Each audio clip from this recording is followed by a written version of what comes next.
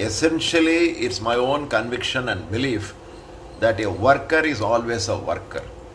And this corona, maybe the experiences are unprecedented. We have not seen like that. But earlier we have seen plague and many other epidemics we have seen.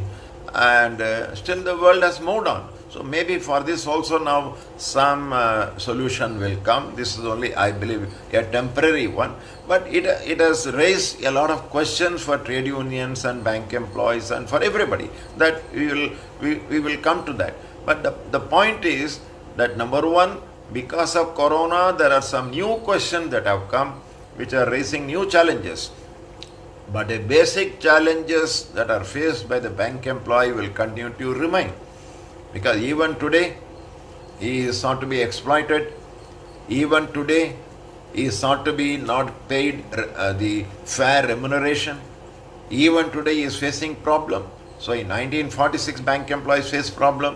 In 1947, when India became independent, bank employees faced problem. In 1969, when banks were nationalized, at that time they were facing problem.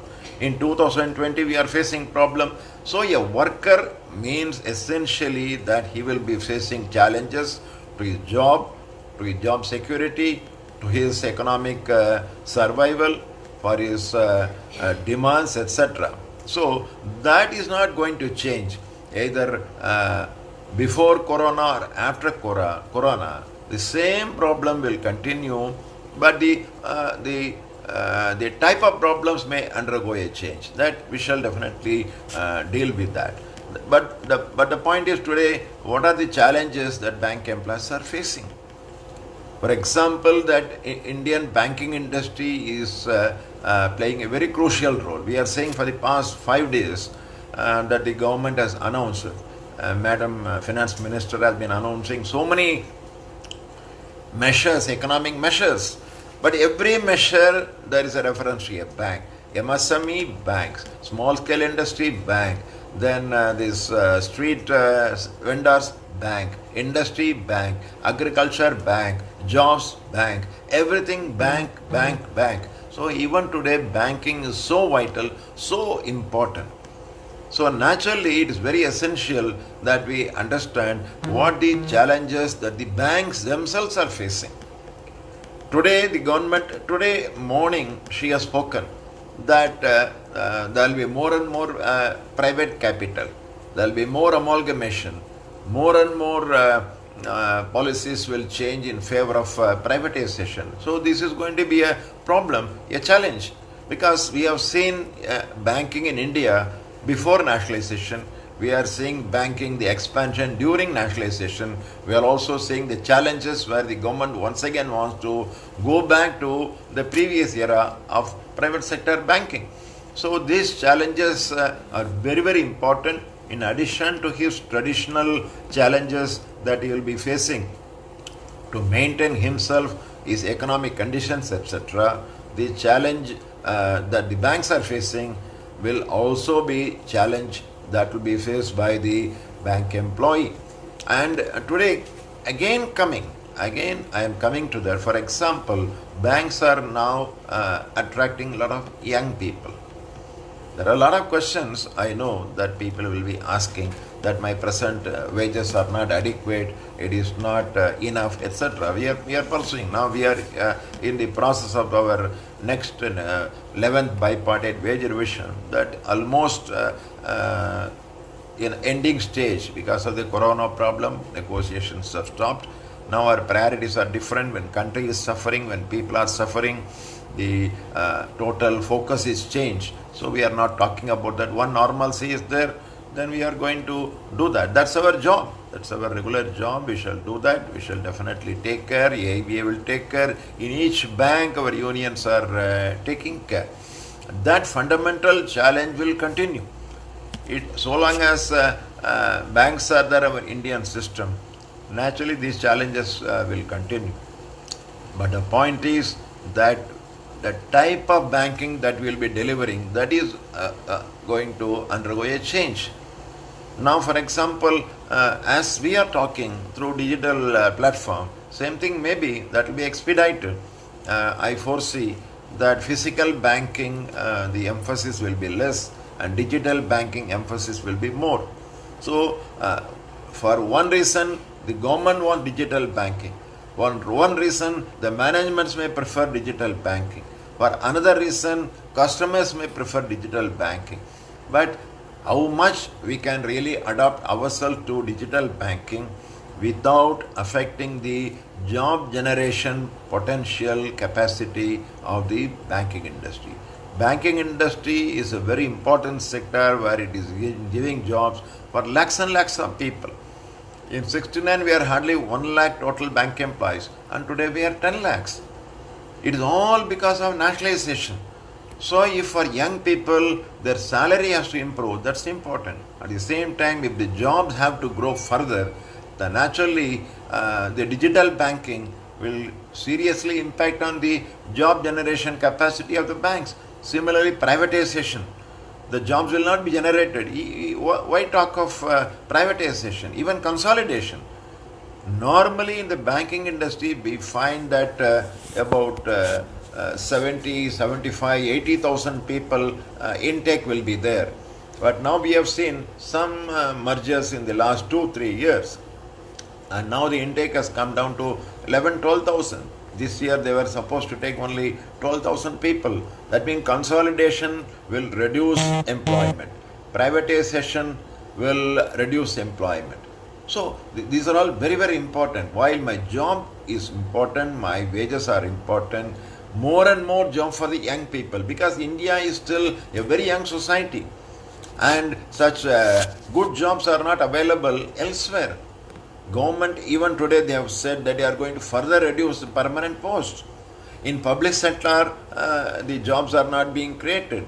In state government jobs are not being created. So naturally public sector banks, they have very important role to expand and also generate more and more jobs. This is a very important challenge, I believe, that as a trade union we have to address.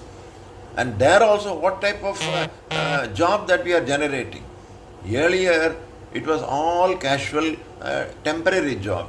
Because of the intervention of trade unions, we have found that the jobs have become permanent jobs now. Now bank employee jobs are permanent jobs.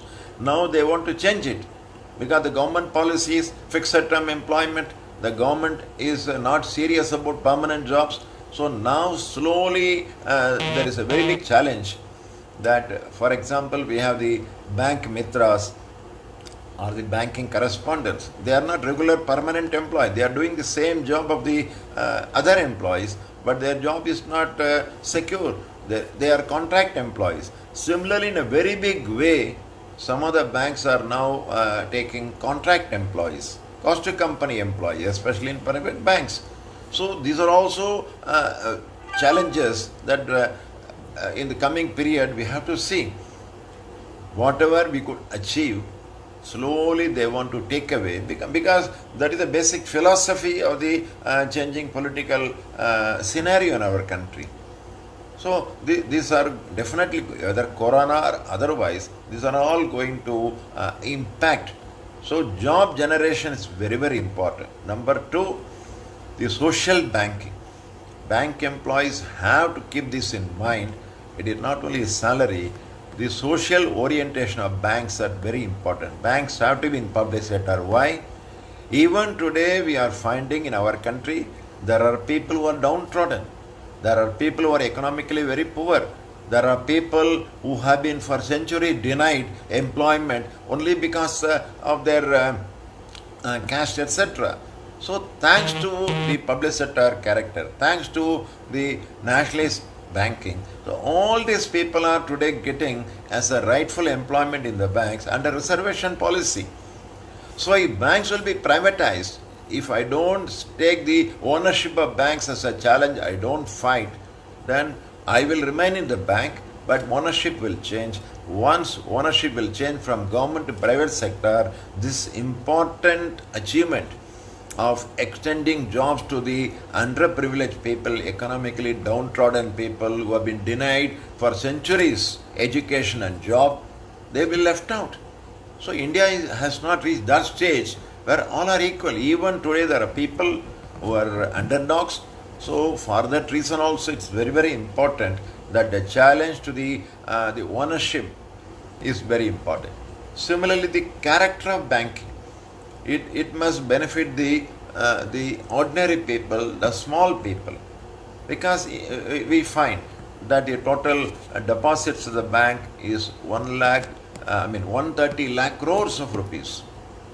It all is completely domestic savings, almost 80%, 85% is domestic savings. So that belongs to the people. So the banks must, number one, ensure that there is guarantee safety for the people's money, because this is very, very important, and if that is not ensured, then there will be total catastrophe. So protecting the savings of the people will be a very big challenge for the banks. Number one, I said that it has to generate more jobs, it has to be with social orientation, it has to be in public sector, so that these deprived sections of people continue to get some jobs. Secondly, there must be expansion. There must be expansion of banks, because in India, banking has not saturated. Bank has a huge scope to expand in the villages. There are more than 5 lakh villages, and everywhere banks are not there. So huge expansion has to take place, and we have to augment the savings of the people, number one. And number two, protect the interest of the bank. We have seen in Maharashtra, the Punjab Maharashtra Cooperative Bank. Now people are in difficulty. Thanks to this some insurance, etc., some minimum protection has been there. So these savings to be protected and savings to be augmented, especially in a country like India, the savings is a very important social capital. So the social capital has to be enlarged. The social capital has to be augmented, and for that banks are very important. So bank employees' challenge will include the character of the banking, the social orientation, its job generation capacity. These are all very, very important. Bank employees cannot dealing themselves that these are all not my job, it is the government job. My job is only as a union to fight for more wages. I think it will be a misconception. So this is very important to keep in mind. Similarly, even today, India is a developing country. The plethora, the slew of measures that government has announced in the last 5 days, we have seen that there are still basic problems.